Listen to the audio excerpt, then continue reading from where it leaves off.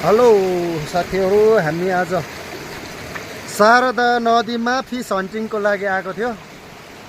हामी माथि डाँडाभन्दा अलिक तल हो, यहाँनिर तल्लो डाँडाबाट आएको। हामी मेरो घर त्यहाँ पर्छ भनेपछि सारा यो खोला भइहाल्यो, हाम्रो शारदा नदी हो। अनि त्यस पछाडि हामी तलदेखि आएको। अनि मेरो हात यस्तो भएको छ, हामीले फेरि हातले हो क्या फिस हन्टिङ गर्ने, पुरा माछा मार्ने हातले मारेको। दादाले मार्दै हुनुहुन्छ। भेट्नु भएको चाहिँ क्या हो दाइ? यस्तो भएको चाहिँ यस्तो हुन्छ क्या हातले खेल्दाखेरि है। दाइ भेट्ने छ? छैन।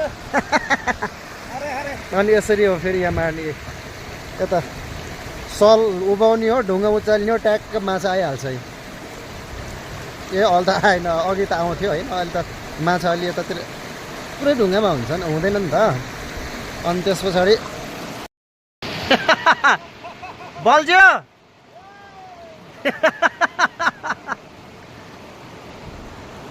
ओ माछा मारिसक्नु भएको छ हाम्रो दाइहरूले।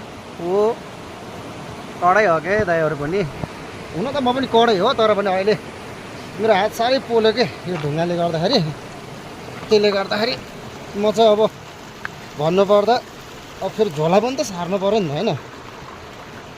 झोला सार्दै आउँदै कौडाहरू त अनि भिज्नु भएन नि त। अहिले फेरि जाँदाखेरि चिसो हुन्छ। अनि त्यसले गर्दाखेरि हामी चाहिँ यहाँ माछा मार्न आएको, माथि फिस हन्टिङ हातले, अनि सल डुबाएर उ त्यसरी, अनि ढुङ्गा उचाल्ने, अनि झप्प माछा समाउने। फाइनल्ली अझ मैले तपाईँहरूलाई लास्टमा देखाउने छु माछा कति मरेको रहेछ, तौलेर पनि देखाउने छु। प्रतीक्षा गर्नु होला। यसरी हो माछा मार्ने हामीले।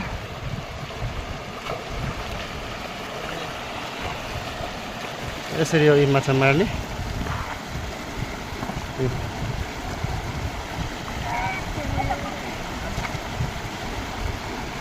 यो आयो कि के हो?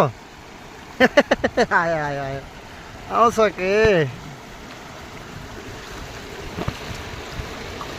अनि अहिलेको लागि म चाहिँ के भएको छु त भन्दा भरिया हेर्नुहोस् है, यत्रो यहाँ माछा बोक्नुपर्छ, आफ्नो सेन्डो बोक्नु पऱ्यो, झोला बोक्नु पऱ्यो यी।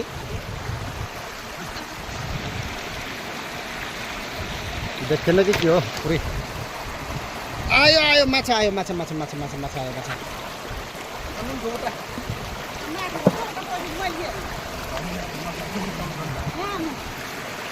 म चाहिँ